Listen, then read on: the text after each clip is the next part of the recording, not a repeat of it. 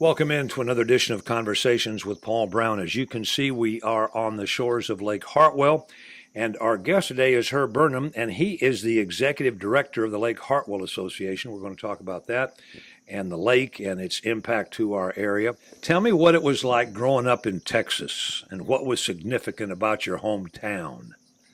Well, growing up in Texas was an experience. I grew up on my granddad's dairy farm, a very small dairy farm right outside of Burnham, Texas, where Bluebell ice cream originated. The Cruzy family there started it many years ago. And when I was a kid, we didn't like it. You didn't? We didn't like Bluebell. And today, you can't get enough of it anywhere. People buy it like crazy. Yeah. And it's a great ice cream. How did you come about living with your grandparents and being on a dairy farm? Well, my dad came from a very poor family back during the Depression. He was in a CCC camp. Government during the Depression, there were so many people out of work and there were so few jobs.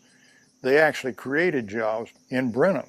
They were doing the park or something there for Burnham, Texas, and met my mother, who was living on my granddad's farm. He didn't have anything, and she lived on the farm, so my granddad built a little place on his farm, and that's where we lived for years and years. And then he went into the Second World War as a Marine. He volunteered and went in the Marine Corps, and he survived the Battle of Iwo Jima. He was one of the first to hit and one of the few to come off there alive and unwounded. Did he talk about it much? Not much. Those guys did not like to talk about it. He would tell me a few things, but he wouldn't go very far. So you learned to milk twice a day? Oh, I learned how to milk twice a day, you're right. He had about 100 cows. Ooh, and back then, was it mechanical or were you? It was mechanical. The early stages of mechanical milking. Early stages of mechanical, exactly right, yeah. And one thing I learned from all of that is dairy farming is hard work, and it's never ending. It's 7 days a week. Well, yeah, and the cows don't know when it's Christmas, or they don't know when it's a birthday, or 4th of July, or they're going to be milked twice a day, every day of the year. Well, with that responsibility, when you were going to high school, was there anything that you enjoyed about high school other than the fact that when the bell rang, you had to go back and milk cows again? I enjoyed high school. It was very different back then. High school was it was a little more serious than it is now, I think. We got a better education, I think, than the kids are getting today. Yeah. And if you were a boy in Texas, you had to play football, if you wanted to be anybody. True. And I wasn't very good at it. So I had to find other things to do. And scouting was something that I really enjoyed. My dad was an Eagle Scout, and he encouraged me to be an Eagle Scout. Was he really? A scout. Yeah. And I became an Eagle Scout. My oldest son became an Eagle Scout. But I think that's one of the best things that a young man can do is get his Eagle Scout award. No question about it. And it did more for me than anything else I can imagine. As far as developing pride, developing leadership and responsibility, and making do with what you have and that sort of thing. You're getting ready to graduate from high school. Mm-hmm. What do you want to do, and what are your chances of going to college coming from the background you've come from? Well, my chances of going to college were good because Texas A&M was just about 30 miles up the road, and back then it was all male, all military. 7 days a week you wore uniforms, and you had demerits that you had to walk off on a Saturday when you're supposed to have a day off, and I mean it was tough. Freshman year was really tough. But you got in. I got in. My grade points were, well enough. And A&M at that time was very reasonable. It was a land grant school, and it was supported by the state. And my tuition, room and board, was like $600 a semester. Oh my, $1,200 a year. $1,200 a year. You ate in the mess hall, and as a freshman, you ate a square meal. Right. Yep. But it teaches you a lot. At what point during your college education do you decide this is what I want to do? Well, after 2 years, I decided I did not want to be an architect. Back then, you sat at a big drafting board and T-squares and triangles, and you drew all day. But I decided I just didn't want to be an architect, but I didn't know what I wanted to do, frankly. I loved engineering, I loved technical stuff, and I loved flying. I went into the Air Force. Of course, I wasn't an officer at that point, and going into pilot training, you almost had to be an officer or at least 2 years of school or make good grades. And there were a lot of ways to get in, but it was tough to get in there, and they didn't need a lot of pilots at that time. Because this would have been what year, what decade, when you went in the Air Force? 58. Okay. 1958. So Korea was over? Yeah, Korea was over. Okay, so we were in that. Vietnam had not started yet. Yeah, okay, so we're in between. I was right in between. And I aced the electronics test and all, and so the top two electronics schools back then were special weapons and special instruments. And they wouldn't tell you what the weapons were or the instruments were. It was just special, okay? So I had a choice. They gave me a choice. And I thought, well, special instruments, okay, yeah, but weapons sounds pretty good. So I chose special weapons, and it happened to be atomic weapons, okay? Ooh. So I went through the atomic weapons school. Where? In Denver, Lowry Air Force Base, Denver, Colorado. Okay. Right outside of Denver. That's where most of the good electronic schools were at that time. And, of course, you had to have a secret clearance to get in. Top secret. And I had to go through all of that. So they had no senior people in there, and so they asked me to stay as an instructor with several other guys that we did real well in our class. So I got a lot of leadership training from that, and settled in and found out that, you know, I can teach generals that are 50 years old, and I'm only 22, and, you know, that sort of thing, and that helps.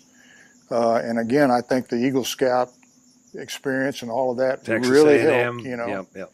And A&M it really helped. When my time came up to get out of the Air Force, and my 4 years was up, I was offered a job by Martin Marietta, and they had a big plant just on the other side of Denver, and they made the Titan missiles back then, ICBMs. And the ICBMs were going to be carrying nuclear warheads. And the day I hired on with them was the day I got out of the Air Force. I just drove across town and checked in and signed in. And you were a civilian employee? I was a civilian employee, and they gave me an advance and said, go to Vandenberg Air Force Base in California. So I went to Vandenberg, and the Titan II missile back then was the best thing they had. It was a liquid-fueled missile that would carry a 9 megaton bomb, okay? And back then we were in the Cold War with Russia.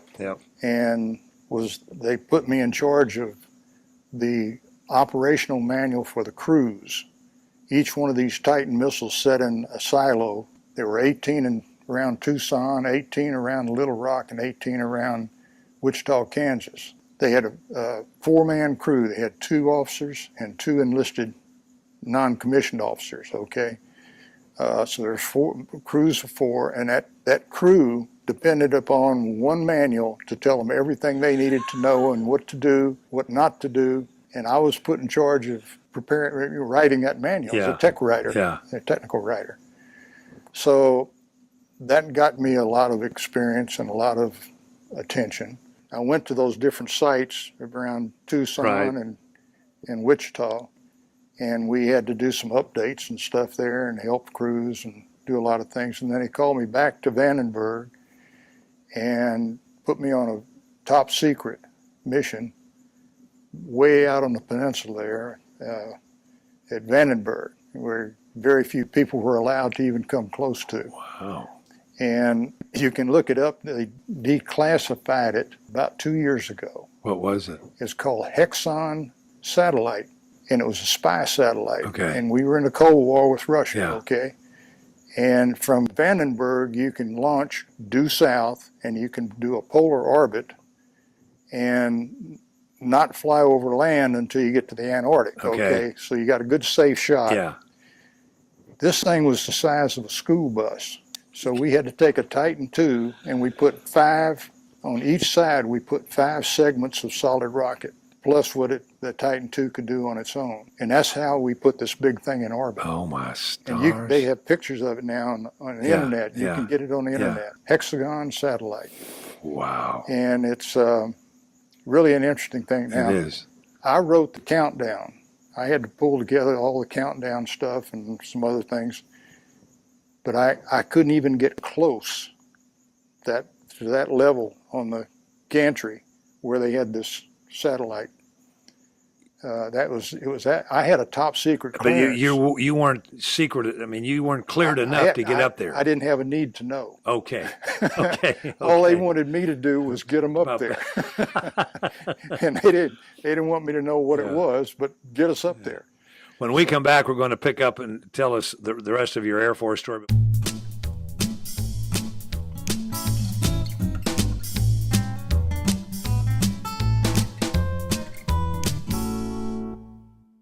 Welcome back to Conversations with Paul Brown. Herb Burnham is our guest. He is the executive director of the Lake Hartwell Association. How long did you stay in the Air Force? I was in for 4 years. And then the civilian life with Martin Marriott, how long? Well, it's a total of 13 years, so it'd be about 9 years with Martin. But did you eventually get to retirement age? Yeah, eventually. I worked in Huntsville at the Marshall Space Center on the SkyLab program. Did you really? And they sent me to Houston every week to represent Huntsville in mission control. And working with the astronauts in mission control was really probably the highlight of my career. Was that a surprise that you got that job, or did you go for it? No, well, they sent me up to Huntsville, Marshall Space Center, and I was there about a month, and I wrote a letter about some problems that we were having, gave it to my boss, and he gave it to NASA. And next thing I know, they want me to move to Houston. Well, I just moved up from With Houston. one letter? Well, one letter started this? Yeah. And then they noticed you. Well, yeah. And anyway, they wanted me in Houston, and I had just moved my family up from Houston. They said, well, we'll just fly you down there every week. And I said, well, okay, that's fine. And von Braun and the German crew, yeah, they're the ones that were designing all the experiments and stuff on this. In Huntsville? Yeah. Okay, and you were... And I was flying back and forth with them a lot, and good guys. I really? I really got to know them and enjoy them, and that worked out pretty well. I guess it did. Looking back on that experience, what was a highlight of working with that particular project, do you think? The highlight was probably being able to really work with the astronauts and get to know them. On the ground? Before they went up? Yeah, on the ground. Just wonderful guys. I mean, they were all just, none of them had a big head. None of them were beating their chest and all this sort of thing. Yeah. They were just good guys, and very, very, very intelligent. I mean, they could make decisions like this, and I never saw them to be wrong. Wow. And they would go out with you and have a beer and talk, and they were like everybody else, But the work involved in what they did, I mean, it was almost nonstop, wasn't it? Oh, yeah. Once they got in space, was there any communication from your aspect with them? Well, I had to monitor all of the coordination between Huntsville and Houston, okay? Huntsville was where the SkyLab program was developed, and all the experiments had to be cleared, and everything came out of Huntsville technically, except for the actual putting guys up and their training. So you had to take what you're doing up here, make sure they're being trained properly with all that information being trained properly in Houston. Other than fact, extremely intelligent, they're pretty good old guys. Oh yeah, they're a fine bunch of people. And when you think about it, they have to be. If you're going to go up with two other guys in a little capsule and you're going to spend a couple weeks up there with them, you better be able to get along with them. Yep. And have a good personality, and most of them did. Yeah. How long then did you work out of Huntsville commuting to Houston with NASA? That was a three-year job. And once that's over, then what do you do? Went back to Huntsville, and I had some people working for me, and I had a number of engineers that were there that needed jobs or were going to need jobs. And so I took a stack of resumes down to some people that had come in from what was Daniel Construction or Daniel International at that time. They're in Greenville, right? Yep. Daniel became Fluor and then really spread all over the world. Yeah, it was interesting because I had worked for a subsidiary of Fluor at one time and knew something about them. So when they bought us, I knew a little bit about Fluor and knew some people there. Daniel had gotten involved in a project in Saudi Arabia. It was the world's largest airport, Yep. the New Jeddah Airport. Yep. They were stumbling around trying to figure out how we're going to do this. We've never done work over there before. And they said, well, you know, Herb's been around a while.